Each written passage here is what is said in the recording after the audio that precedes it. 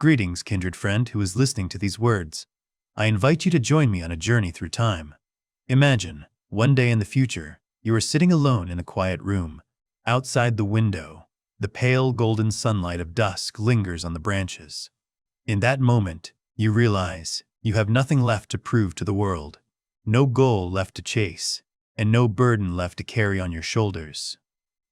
There is only you and a pure, crystalline clarity. In that moment, you will be struck by a profound truth. Many things that once caused you sleepless nights of worry, that deeply wounded your heart or occupied your mind through years of striving in a distant land, were, in fact, never important. Buddhist monks do not wait until the final moments of life to understand this.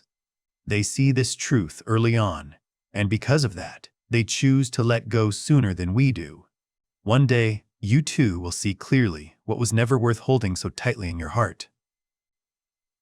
The only question is, do you truly need to wait until then to start finding freedom? Today, I want to share with you 7 things that monks learn to stop worrying about, so their minds remain at ease in the midst of a volatile world. Stop protecting yourself. Dear friend, there is a quiet truth that most of us unintentionally get stuck in for a lifetime. We spend too much energy just protecting an image of ourselves in the eyes of others. We constantly explain, constantly justify, and exert ourselves to exhaustion just to prove that we are right, good, or valuable. Unintentionally, our lives turn into an invisible courtroom where we are both the defendant and the lawyer, always straining to defend ourselves. Try to look deeply into the fatigue you carry. Does it come from work, from age, or does it actually come from the constant defensiveness of the mind? When someone criticizes you, your heart tightens. When someone misunderstands, you lose sleep searching for an explanation. This defensiveness creates a state of chronic stress in the nervous system, keeping your soul in a constant posture of fight or flight. Monks understand a profound wisdom. The self we are striving to protect is not a fixed or eternal entity. It is like a cloud in the sky, always changing shape with every wind of circumstance. If that self is only a temporary structure, then why waste a lifetime building walls to protect it? When monks stop protecting themselves, they touch an ultimate liberation. When you have nothing left to protect, it means nothing inside you can be threatened anymore. If someone disparages you, it is just a breeze blowing through the void. If someone judges you, it is just a sound disappearing into silence. True peace begins to sprout the moment you lay down your internal weapons. Remember this reminder: you are not tired because the world outside is too harsh. You are tired because you are trying to protect a fragile version of yourself. Tonight, try to open your palms and let that armor of defense fall to the ground. When you are no longer a somebody who needs to be right, you will find a serenity that rigidity has long hidden. Stop measuring self-worth by usefulness. In a modern culture that exalts productivity, we are infected with a toxic notion: you only have value when you are useful. During your younger years, your worth was tied to how efficiently you worked, how much money you earned, or how many people you helped. And then, as time passes, as hair turns silver and legs begin to slow, an invisible fear invades the soul. The fear of becoming useless. Many elderly people live in a secret sense of inferiority, feeling like a burden when they can no longer work or care for children as before. We fear being forgotten, fear no longer being important in the eyes of the world. But dear friend, this is when Buddhist wisdom lights a different path for your dignity. Look at the image of a monk sitting still for hours under an ancient tree. He creates no material product, runs no business, and does nothing to prove usefulness as the world defines it. Yet, his presence is more complete and filled with energy than anyone else. Why? Because he understands that a human being's existence is an intrinsic value, requiring no justification or result to prove. You do not need to do anything more to deserve to exist in this world. Your birth, your breath, your heartbeat, and the wisdom of your experience are already a blessing to the world. Like an ancient mountain or a leisurely river, they do not need to do anything useful to be respected. They only need to be themselves. Let this mantra soothe your soul whenever self-doubt arises. Your value does not come from what you produce. It comes from the fact that you are present. When you stop measuring yourself with the ruler of productivity, you will find you no longer fear being forgotten. You begin to cherish yourself in silence, finding joy in simply breathing and observing life pass by.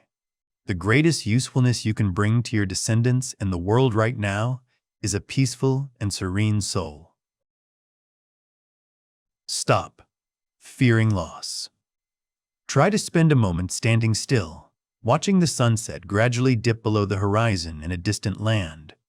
None of us try to run after it to hold the sun in one place, because we understand that the magnificent beauty of the sunset lies in its very disappearance to make way for the quiet night. Yet, in real life, we often spend most of our energy fighting a hopeless war, the war against the laws of natural transformation. Entering the autumn of life, we begin to face losses that manifest every day. We fear losing physical health, fear the fading of mental clarity, fear the identity of the breadwinner we once took pride in, and the greatest fear, losing loved ones. There is an ironic paradox, silently stealing your peace. It is the fear of losing what you have that unintentionally takes away the ability to enjoy them right now. When you hold on too tight out of fear, your mind has no room for joy. You are living in hypothetical loss, even while everything is still within reach.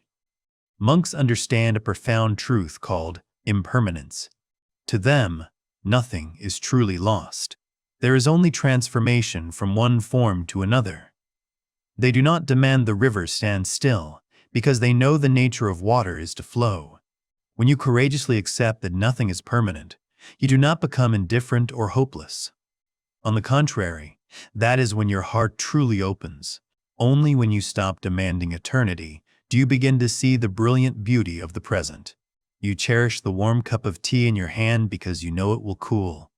You nurture every moment with children because you know the conditions have times of meeting and parting. Etch this mantra into your heart. It is precisely because everything is temporary that it is so precious. Liberation does not lie in keeping everything forever, but in calmly smiling when they depart. However, I want you to look deeper into your consciousness, because there is a burden even heavier than the pain of loss, something silently eroding your vitality from within, and that is resentment. Stop carrying resentment. Imagine you are on a long journey, but on your back is a bag full of hot coals. You walk in pain, your shoulders burning, but you still cannot bring yourself to throw them away because you believe. As long as I keep this coal, the one who threw it at me must still suffer the guilt. But look again. The only one suffering the pain right now is you. Resentment in our consciousness works exactly like that. Kindred friend, it is a heartbreaking truth that many of us do not truly live in the present. Our physical bodies are here, in a quiet house, but our souls are wandering in an old room from 10 or 20 years ago, where we were betrayed, hurt, or treated unfairly. We live in wounds that have scarred over, but are constantly scratched by the mind until they bleed. We often cling to resentment because of an illusion of justice. We think that if we stop being angry, it means we are accepting the wrong of others. We use our own suffering as evidence for their mistakes. But the grim reality is, holding on to resentment does not punish the opponent. It only keeps you imprisoned in a dark past. Monks understand that the past is something truly dead. You cannot change a word spoken or an action taken. The only thing you have the power to change is your attitude right now. Forgiveness, through the lens of awareness, is not an act of granting a favor to others. Forgiveness is an act of self-liberation. You let go not because the other person deserves it, but because your soul deserves to rest. Contemplate this mantra deeply. You are not trapped by the past. You are only trapped by the act of clinging to it. When you courageously open your hand to let the coal of resentment fall, you will be amazed at the miraculous relief spreading throughout your body. And when your soul is truly empty of the ghosts of the old days, you will also realize you no longer desperately need the whole world to understand you anymore. Stop needing others to understand you. How many times have you tossed and turned in the quiet of the night just because of someone's distorted words about who you are? How much precious energy has been dissipated just for you to try to correct, explain, and convince others that you are not the person they are judging? We often carry a silent pain, the pain of being misunderstood. We feel aggrieved when our kindness is misinterpreted, and feel lonely even among those closest to us when they do not see into our hearts. But dear friend, this is one of the most subtle traps of the ego. Trying to control how others perceive you is as hopeless as trying to chase your own shadow on the wall. You can change your actions, but you can never enter the consciousness of others to recalibrate their perception. When you place your peace in the hands of the world's understanding, you have unintentionally given them the ultimate power to make you suffer.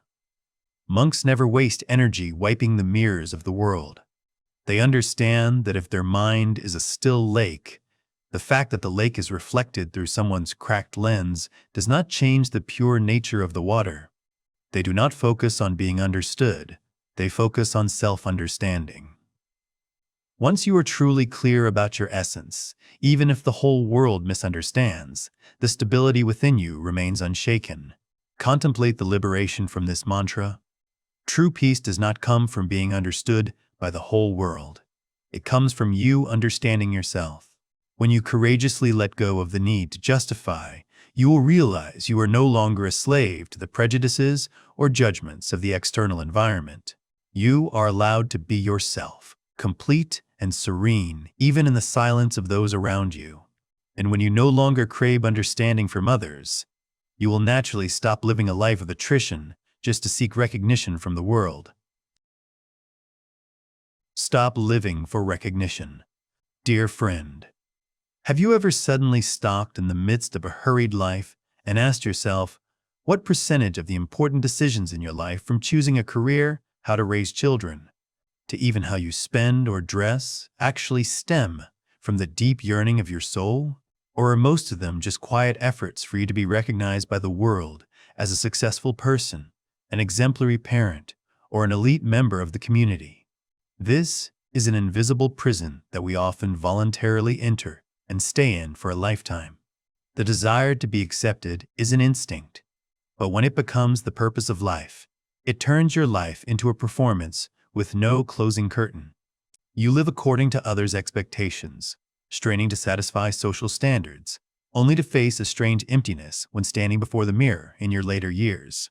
You have been too busy being a somebody brilliant in the eyes of the world and forgot to live truthfully with your original essence.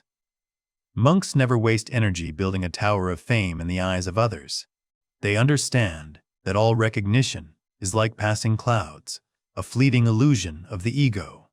A monk can leisurely walk through praise and blame with a calm mind, because they understand that happiness does not lie in external applause, but in the serenity when we have nothing left to hide or flaunt.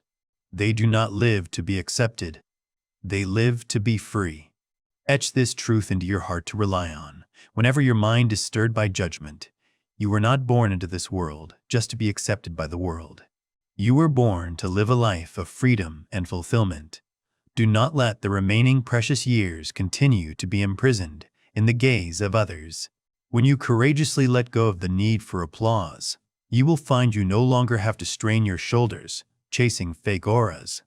And it is when your soul is truly free that you will wake up to realize you no longer have any reason to delay your own joy for another moment. Stop delaying joy. Try to observe the rhythm of an ordinary day you are passing through. Are we always living in a kind of psychological waiting room? We tell ourselves, I will be truly happy when the children are completely settled. I will be at peace when these aches subside. Or I will be joyful when plans for the future are fulfilled. Unintentionally, we turn happiness into a delayed reward, a destination that always lies on the other side of difficulties. But there is a grim trap that few realize. The future is an illusion always ahead, and when we reach this milestone, the mind will immediately set up another.